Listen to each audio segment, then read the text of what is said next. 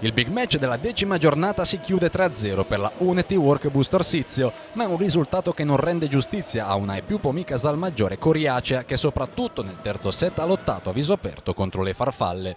Ne è scaturita una sfida indimenticabile, 1 ora e 44 minuti di pallavolo con la P maiuscola.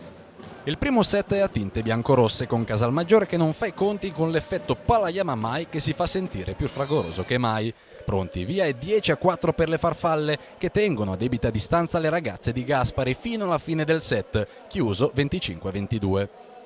Spicca la sfida tra opposti stravinta da Low con 7 punti al 58% in attacco, a differenza di una Cuttino in difficoltà che non va oltre il 28%. Il secondo parziale vede l'inizio combattuto fino al 6-6, quando la Unity Work Boost Orsizio prende lentamente il largo e macina punti a non finire.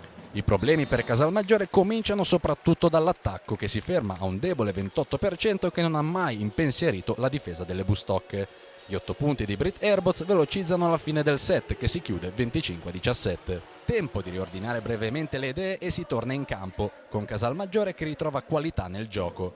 Decisivi nelle fila delle casalasche gli ingressi di Sciuca, Camera e Fiesoli, che supportate da una impressionante Caterina Bosetti riescono a mantenersi in vantaggio per larghi tratti del parziale.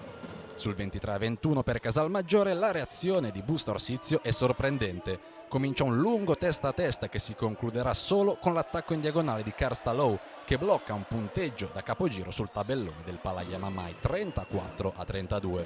È il set più lungo tra quelli mai giocati da queste due formazioni e l'applauso dei quasi 3.000 spettatori presenti non ha colori. È una dichiarazione d'amore per lo sport più bello al mondo, il volley che nell'ultimo set ha regalato uno spettacolo memorabile.